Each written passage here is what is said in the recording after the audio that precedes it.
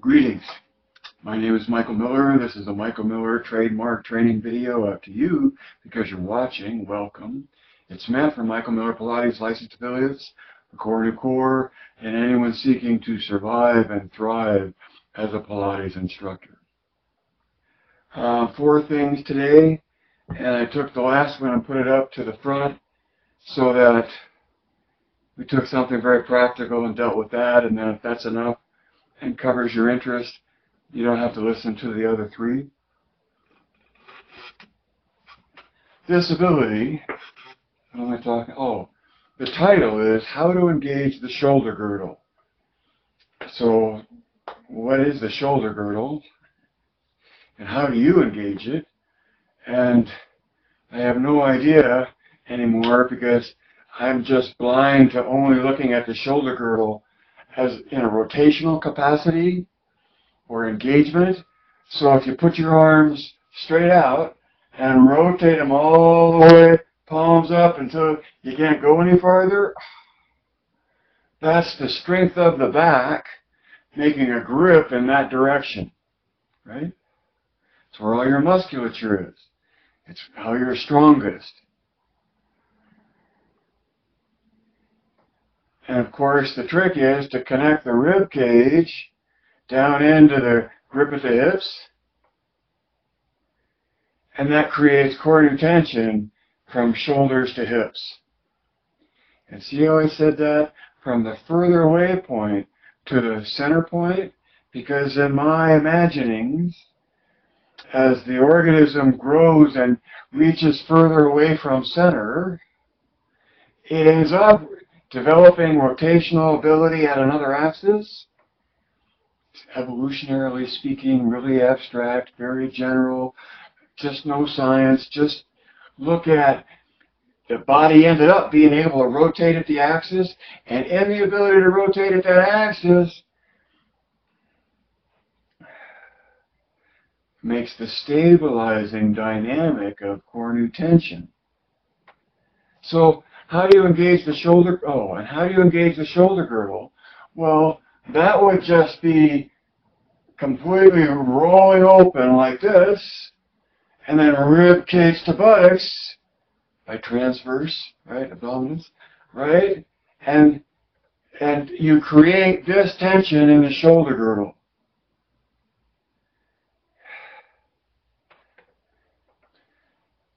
Now, what's eloquent and sophisticated and delicate is that the appendage out that axis not only has the ability to rotate that way from the shoulder, but keeping this rotation at the shoulder, the rotation can reverse at the elbow, so that where I'm going back in the shoulder, I'm coming up in the elbow. There's a twist there, a torsion. So from shoulder open, holding that posture, which is the strength here at the shoulder girdle, but then being able to reverse the rotation at the elbow, and then you go further out and reverse the rotation at the wrist. My arm is tired just doing that, right? But if you're really after, and so many times in, say, splits on the reformer with arms out,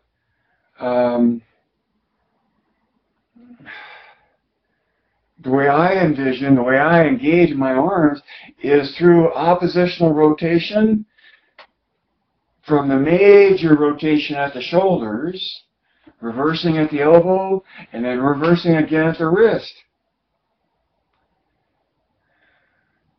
You might say, and at the fingers it does it again, and okay, but the importance is, if you wanted a quick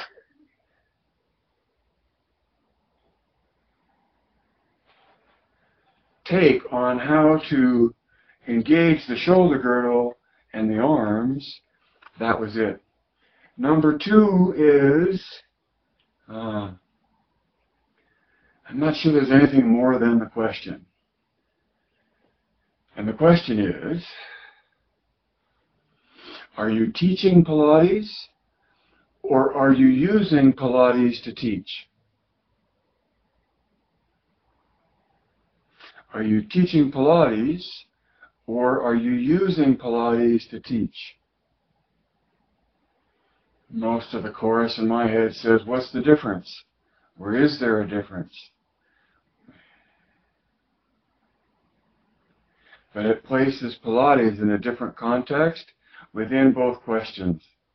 And when are you teaching Pilates places the focus on Pilates being something to teach, right? Like it and of itself. And the other one, are you using Pilates to teach, places more emphasis on the teaching, and that Pilates is something that you use to teach, and as such could be one of many things that you use to teach, right? And so the point of the question is sort of like, where is the focus in your teaching and therefore your instructing? Are you teaching Pilates, or are you using Pilates to teach? Because why? Because I think they can differ dramatically depending upon what you teach, how you teach it, when you teach it. So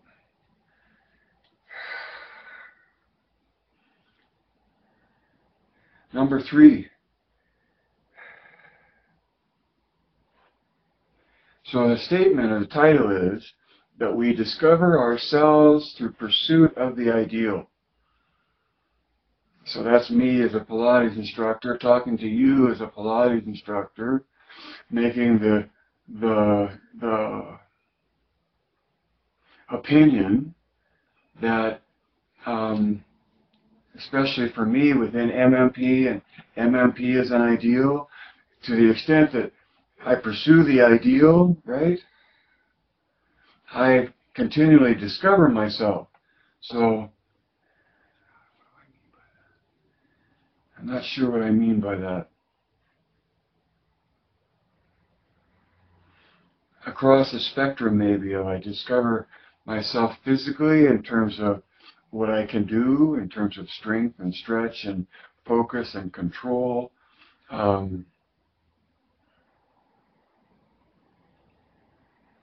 And for me, it's in the pursuit of an ideal performance of the exercise, to be totally concentrated on the purpose of the exercise. And as far as purpose, one thing that shouts out for recognition is the word uniform. What's the purpose of any exercise in Pilates? Well, contrology develops the body uniformly, so the movement we're talking about develops the body uniformly. Which takes me off into another tangent, if I may. In yoga, there's an exercise called the needle, where you stand on one leg, and if you're flexible enough, you bend at the hip and merge your torso with the standing leg, and your other leg goes vertical, like a needle, straight. And I say that, or bring that up, as an extreme example of the crease at the hip that's happening when you do that position. Okay? So often I see the presumption of I don't know, if the word Pilates is all over the place and I see something where there's an extreme flex at one hip, say, and the other leg is up, that extreme flex at the hip is a crink in the overall uniformity of the tube of the body, right? And in that regard, cuts down on the capacity of the body to uniformly engage.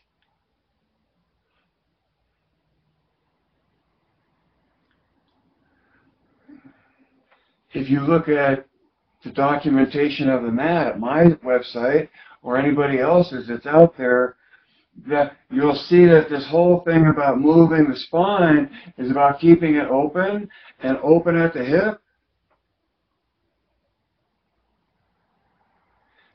So I would just at least point out that if you're creased at the hip, right, chest to thigh, that cuts down on your ability to be uniformly engaged throughout. And maybe that's just my opinion. It's based on my experience, and also in the teaching of it, controlling your core or your grip at the hip without the compression of a crease at the hip keeps you more uniformly engaged. And that's the point of this comment.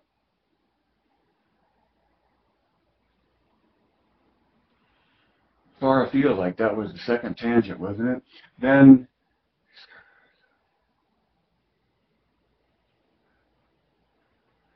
the title I brought up was that we discover ourselves in the pursuit of the ideal, and it's when you don't crease at the hip and control what you're doing that comes from, in my opinion, a more uniform engagement of the musculature.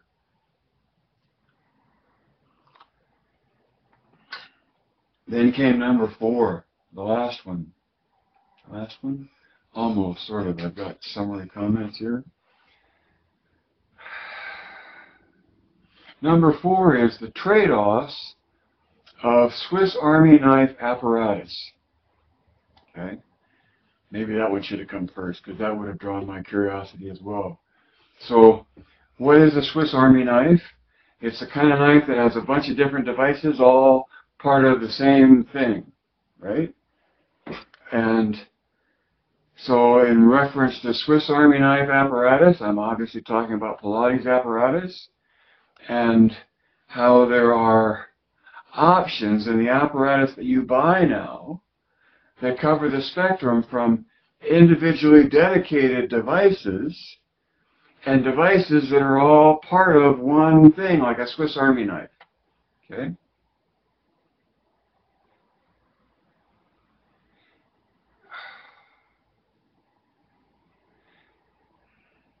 For a Pilates instructor,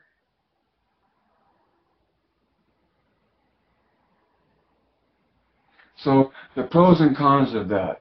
Let's look at why would someone want that and why would someone not want that? Or what do you want it for when you want it and what don't you want it for if you don't want it, right?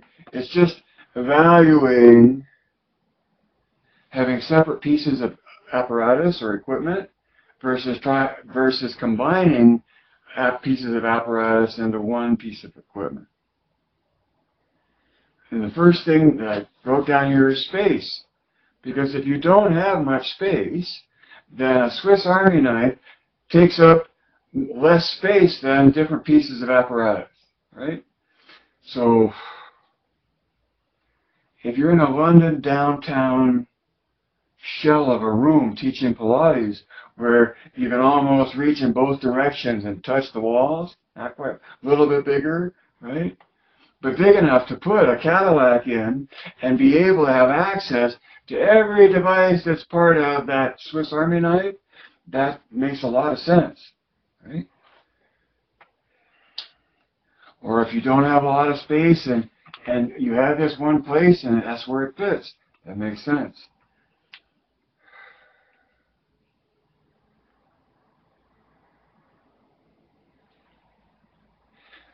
So going from that criteria of evaluation, so space, where you save space, it also, though, condenses the space in which exercises happen and puts a frame around it, on many of them, which isn't normally there. So the space is altered by going into a denser space to accomplish what you want out of the Swiss Army knife. You end up giving away the openness of space in which some of the movement usually happens on a dedicated piece of equipment. Okay?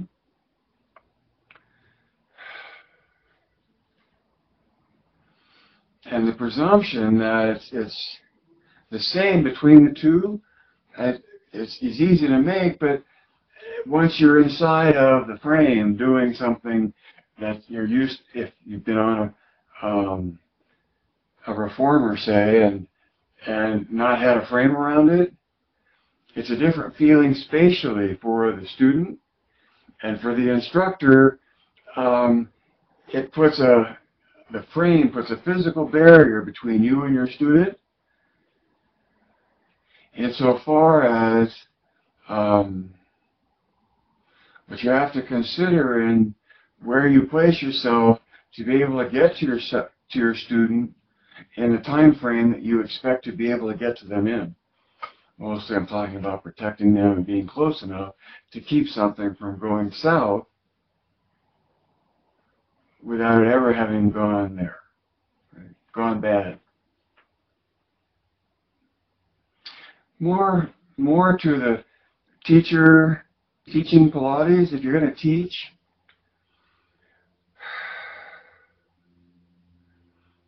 the great part about having different pieces of equipment, we talked about space, and now we're talking about time. Or I'm talking about time. And time, in a Swiss Army knife, is just a flick and a flick to get to the different tool. In a Pilates Swiss Army knife piece of apparatus, it takes longer to change between tools. Okay? So there's time involved. It takes time. Okay? And time can disrupt flow. And flow is what you press to find the fusion of body, mind, and spirit.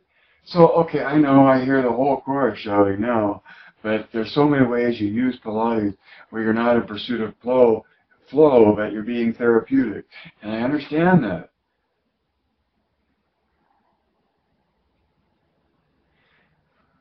But having pretty much expressed the whole point of view of MMP and CT,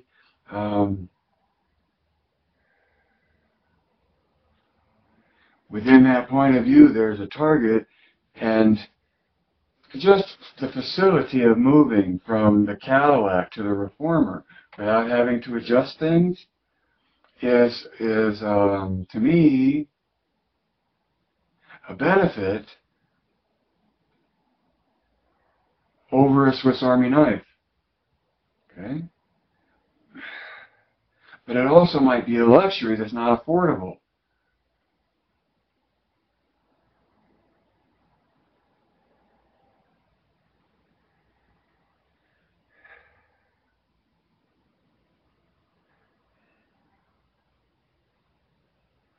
So it takes time to change a setup from Cadillac use to Reformer use if you're not just coming off of one and laying down on another. And so that's ease of effort as well. You don't have to make any effort to get that to happen other than say, get off of there and get on there. Okay? And then, right, let's see.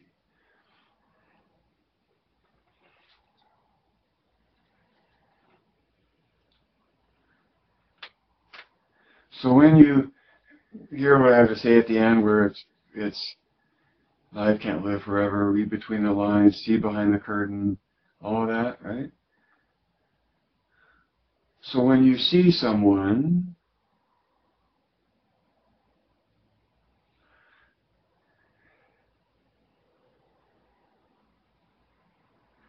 which is apparently an ad for a Swiss Army knife piece of apparatus, right?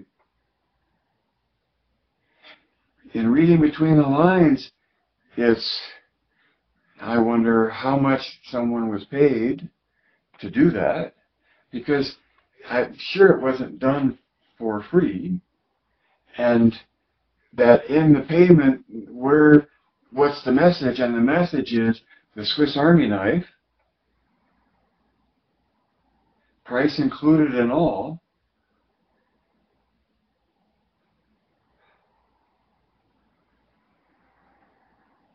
And as a Pilates instructor, if I had a client like that,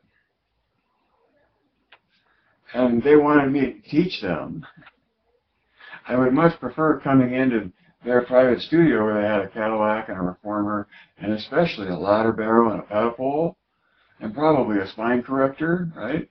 A lot of other little stuff. But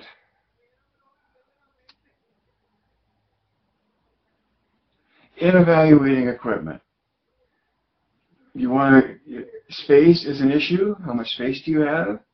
And then how do you want to be in the space that you're in when you're using the equipment? And how much time is time an issue in terms of transitioning from one tool to another in a Swiss Army knife? And how much effort is involved in that?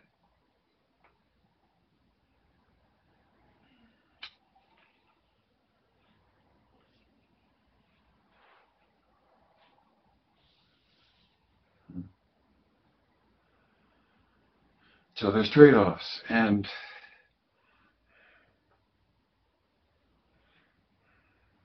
recognizing an advertisement for what it is, and having a sense of the trade-offs involved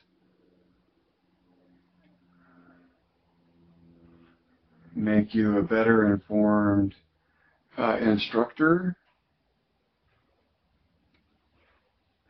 especially when it comes to advising your wealthy clients.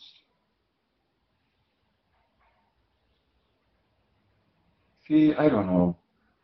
But I just been in a very small space. You know, I have the Cadillac I've had forever, and the reformer I've had forever, the ladder barrel and the pedal pole, and I move interchangeably and effortlessly between those pieces. And it would be different if I didn't have that much space.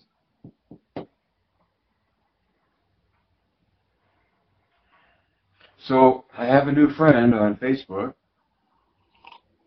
and it's an honor that they went through my timeline and said, liked the things that they liked. Okay.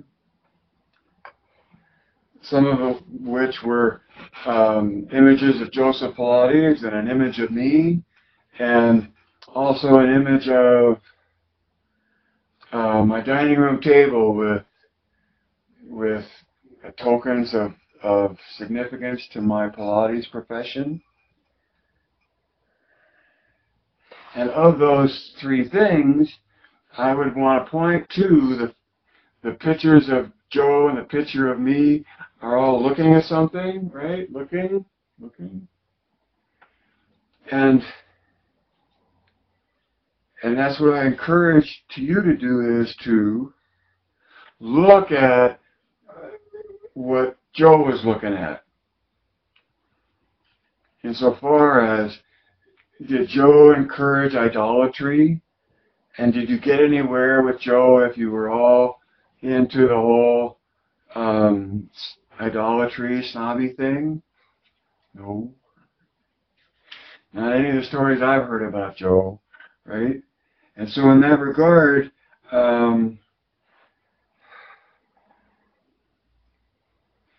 as a Pilates instructor, to survive and thrive, I think it's important to recognize that you are teaching someone because they're a student and you're the teacher, and you're teaching them about what Joe is looking at. And it's not Joe. I mean, it's easy to just lay idolatry at Joe's doorstep and then seek that downstream and make that what matters, or the structure of your simulation. But there's another simulation that has more to do with the biology accomplishing the physics.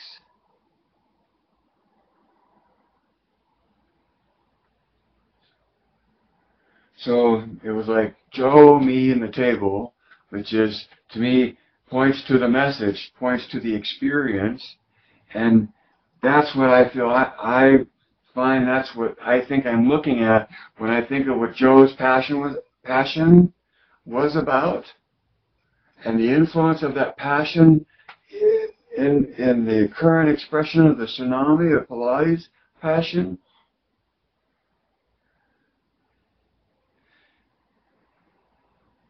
It may feel like you need to run as fast as you can uphill to try to escape being engulfed by the tsunami.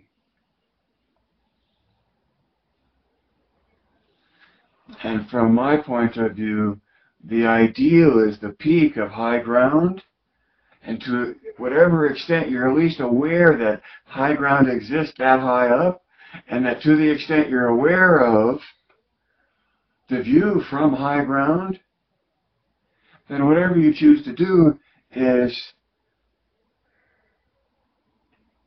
supportive from that view. And the last question in my reflection is, does it make sense, this view that we're talking about?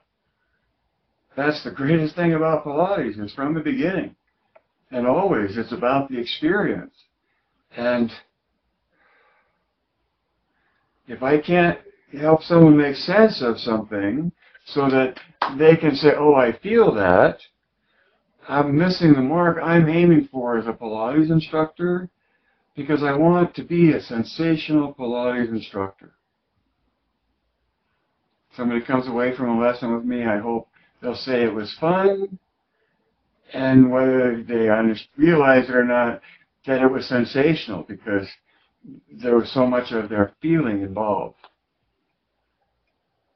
And where did that come from? Of course, that came from observing as part of thinking and being. Does it make sense? Life can't live forever. Read between the lines. See behind the curtain. Add two and two. And I see someone watching, you know, coming along the way, skipping on the stone. Get it while you can, because the plan is to absorb all of this after the live broadcasts, and then end up streaming it somehow on probably technology that doesn't exist yet. So that's what I would suggest you might consider as well. Because life can't live forever. Read between the lines. See behind the curtain. Add two and two. Direct your thinking. Geist.